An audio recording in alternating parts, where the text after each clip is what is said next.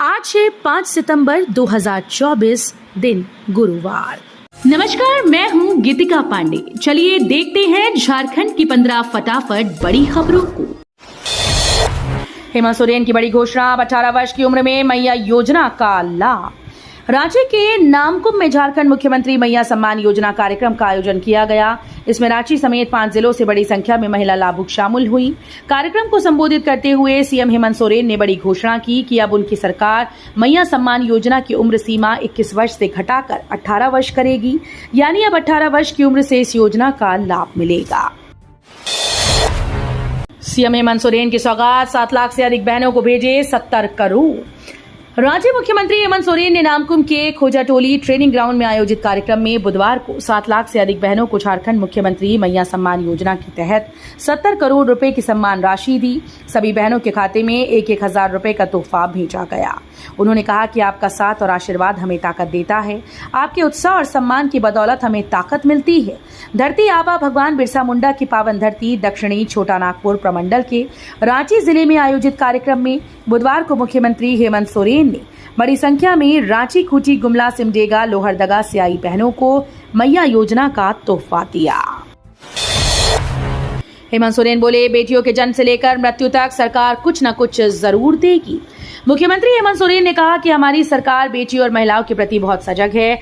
अब तक कई योजनाएं चलाई गईं। हमारी सरकार बेटियों के जन्म से लेकर मृत्यु तक कुछ न कुछ जरूर देगी। उन्होंने कहा कि हम लोग आते ही जेपीएससी की परीक्षा करवाकर राज्य में 300 बीडीओ, सीओ, कलेक्टर बनाए। अभी वो सेवाएं दे रहे हैं। आज शिक्षकों की नियुक्ति हम लोगों ने की।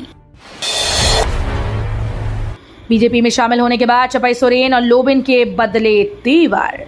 झारखंड विधानसभा चुनाव से पहले कमल का दामन थामने वाले लोबिन हेम्ब्रम और चपाई सोरेन के तेवर झारखंड सरकार के खिलाफ सख्त हो गए। बीजेपी में जाने के बाद से दोनों नेताओं ने झामुमो को घेरना शुरू कर दिया था। उन्होंने आरोप लगाया कि झारखंड मुक्ति मोर्चा में आंदोलनकारियों को अब सम्मान नहीं मिलता है। सरकार ने पूर्व सीएम चपाई सोरेन का हाउस गार्ड वापस लिया। पूर्व सीएम चपाई सोरेन के बीजेपी में शामिल होने और विधायकी से इस्तीफा देने के बाद राज्य सरकार ने उनका हाउस गार्ड वापस ले लिया है। उनके बेटे बाबूलाल सोरेन का बॉडीगार्ड भी वापस ले लिया। चपाई सोरेन बुधवार को सरायकेला पहुंचे। उन्होंने मीडिया से बातचीत में कहा कि प्रदेश की जनता परिवर्तन चाहती है। इस बार हेमंत सोरेन सरकार के खिलाफ लहर चल रही है। झारखंड में भाजपा की सरकार बनेगी। जीएसएसएससी सीजीएल परीक्षा के एडमिट कार्ड 17 सितंबर से डाउनलोड कर सकते हैं। झारखंड कर्मचारी चयन आयोग की ओर से झारखंड सामान्य स्नातक योग्यताधारी संयुक्त प्रतियोगिता परीक्षा 2023 का आयोजन 21 व 22 सितंबर को तय है। इसे लेकर परीक्षा नियंत्रक ने कहा कि परीक्षा के प्रवेश पत्र 17 सितंबर से आयोग की वेबसाइट से डाउनलोड किए जा सकते हैं। सीएम ने लिया ट्वीट पर संज्ञान, इलाज का आदेश। समाजसेवी नेहा निषाद के द्वारा मंगलवार की शाम को ट्वीट कर जानकारी दी गई कि किस तरह से चाईबासा के दो नेत्रहीन भाई सौरभ और चंदन गोप का इलाज आधार कार्ड के कारण नहीं हो पा रहा। इस पर मुख्यमंत्री हेमंत सोरेन ने अविलंब संज्ञान लिया और उपायुक्त चाईबासा को इलाज के लिए आदेश जारी किया।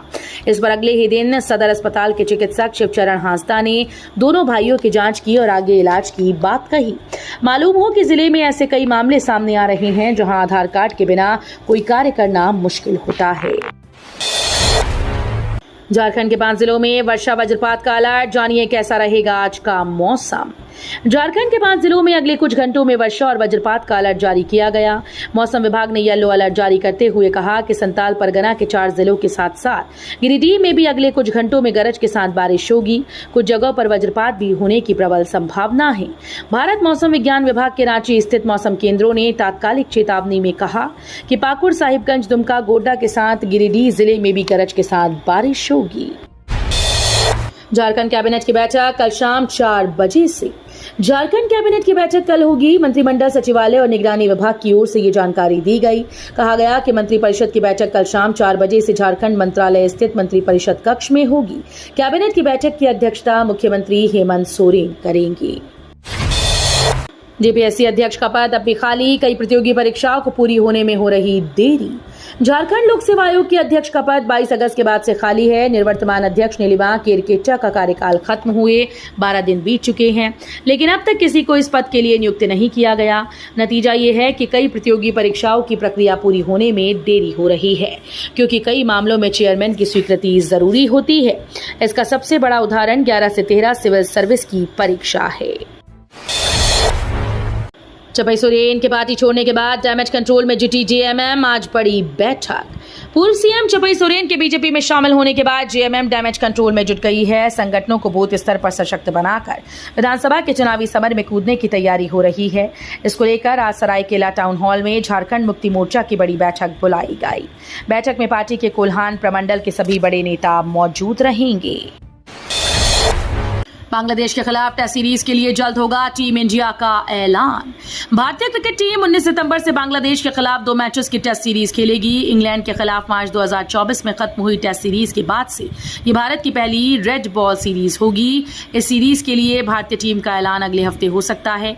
टीम में महीनों बाद एक मैच विनर प्लेयर की वापसी होना तय है। ये प्लेयर खतरनाक बल्लेबाजी में माहिर है।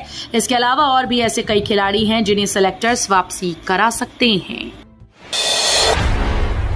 बीजेपी में शामिल होने के बाद चपई सोरेन पहली बार पहुंचे सरायकेला खरसावा।